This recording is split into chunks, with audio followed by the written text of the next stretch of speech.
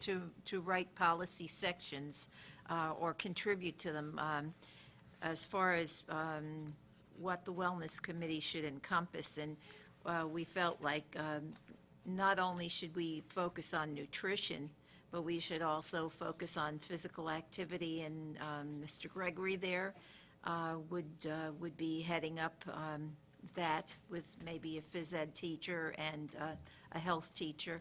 The nutrition would be taken care of by by Sue, our Sue Merrims, and the Sodexo people, and perhaps a school nurse. There would be a community engagement section, which would do with partnerships, and perhaps we can enlist the help of Montefiore to do some health fairs.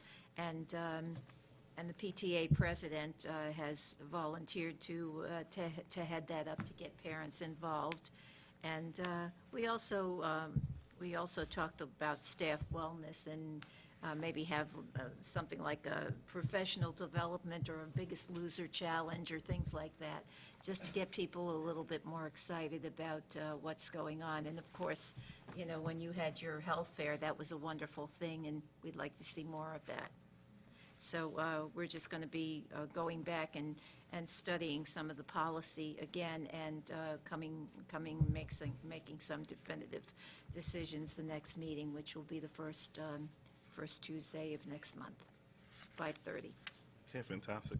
Now, I know you guys are keeping minutes. Are those minutes going to be put on the website? Because Rick's been asking for some minutes, and I know that you guys have done a great job at producing minutes. Yes, we will. Yeah, all right, fantastic. All right, Trustee Saunders on special education. Well, the Student Advisory Council went on a trip to Manhattan today, and it was fun. Oh, that's right. We had an excellent time. We had 22 or 23 children. We went down to the African Burial Ground on Broadway, and then we walked over to Federal Hall, and we had a few park rangers do presentations for us. So it was exciting. The kids asked a lot of questions. They asked a lot of questions. It was funny, but the darndest things kids say. But it was fun, and so we gave them a task of completing an assignment, and then they can have another treat. I don't know what I'm going to come up with. But, but they also want their group picture on the website, so we can have student services trip. Okay, Rick. So our Special Education Advisory Council is going to meet on Thursday at Rebecca Turner Elementary School at 6 o'clock. And this is Autism Month, Autism Awareness Month, so we're going to have a few vendors there doing a whole lot of presentations, so I welcome everybody to come. I also wanted to say I do get a lot of calls from parents with questions and concerns, and I try to encourage them to come to our Special Education Advisory Council meetings. And like just Mrs. Graves said, you know, she was disappointed about the parents not coming to the parent university, but it's the same thing with the special education or advisory council meetings. We need to get our parents more engaged in coming out and participating, you know, instead of calling. And you know, I just like to mention Even to that. the extent of helping your committee and the faculty address needs of their own particular children. Exactly. Right.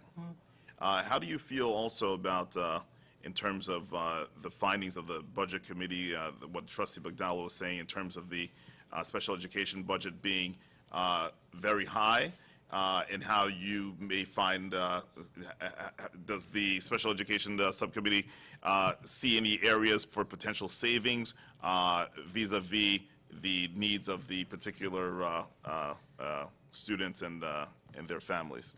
Well, I wasn't involved with the budget round and the dollar amounts that go into the special education budget. But I can say that we do have quite a few TAs assigned to particular students, which I'm sure cost a lot of money. However, if you have a teacher that you're paying, say, $60,000 or more assigned to that same student, the TA may get, what, $30,000 at whatever, so I guess that cuts the price. And if the children are, you have 3 TAs in the class assigned to a one-on-one as opposed to just the teacher and 1 TA, sometimes it can get out of hand. I've observed some classes, and I think that they do need some teacher's assistance in the class. So, like I said, I'm not part of that dollar, so I can't Since really, conversation. I can't really Well, elaborate Mr. on Silver, that. how do you even budget for, just for people out there, how do you even budget for special education? Isn't special education, it is what it is, and then you look at it retroactively? So, for example, the following year's budget, you looked at what you spent the previous year, and you just put that as a budget? Because you can't put a budget on on what you're going to spend on a child's education. It is what it is, no? Well, not only that, if you're talking about bringing more children back into the district, and you're going to need more assistance.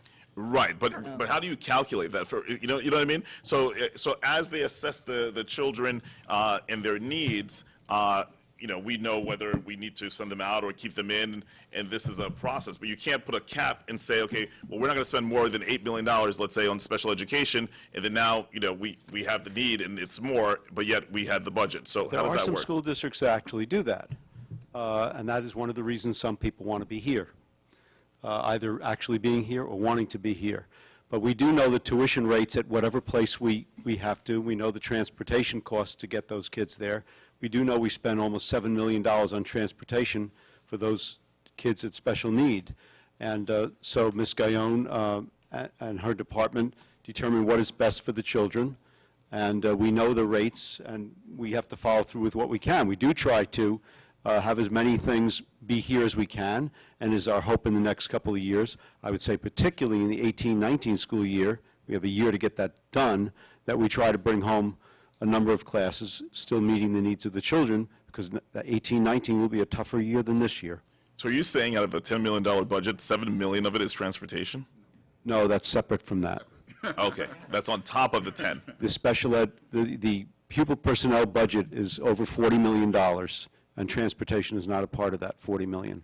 Gotcha. So So most of that, overall, it's almost 20% of our budget. So it's something we have to pay attention to. gotcha.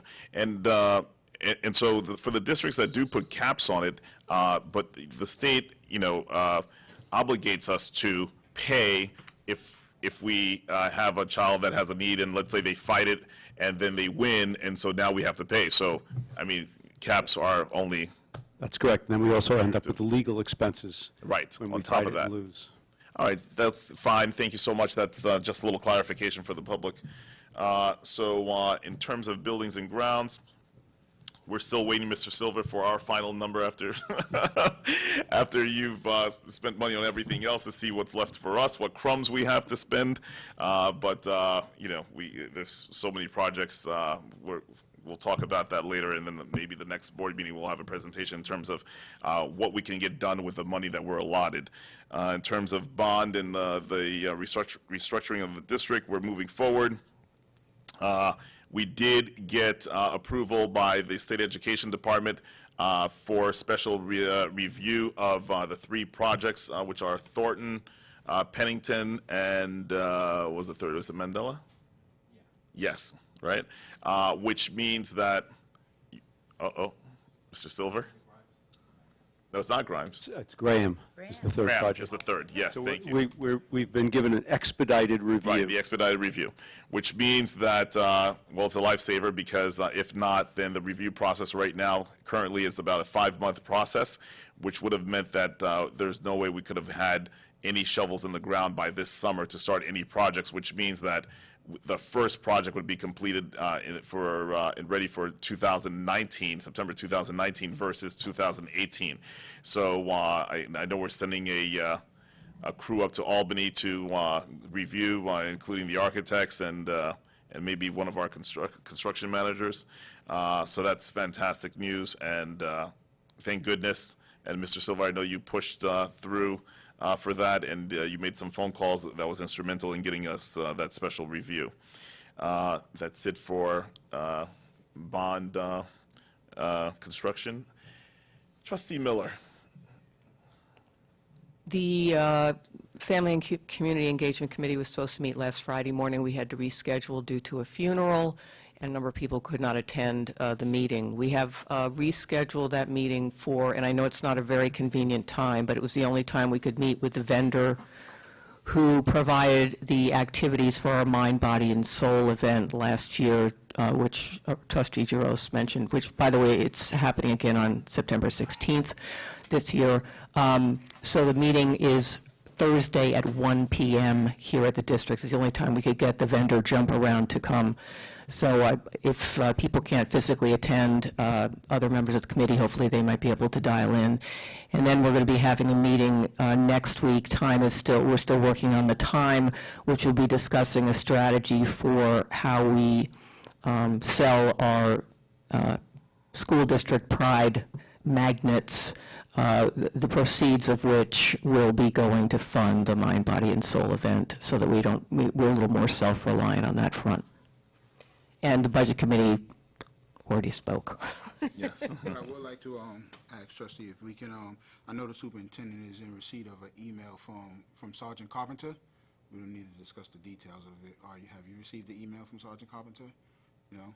Okay, well, I received the email from Sergeant Carpenter in relation to the Mount Vernon City School District and the Mount Vernon Police Department really coming together and having some serious dialogue around what they call SROs, which are school resource officers, Yes. and some other strategies in order to better secure our school system and work with our student population. We do I do have that correspondence, yes, thank you.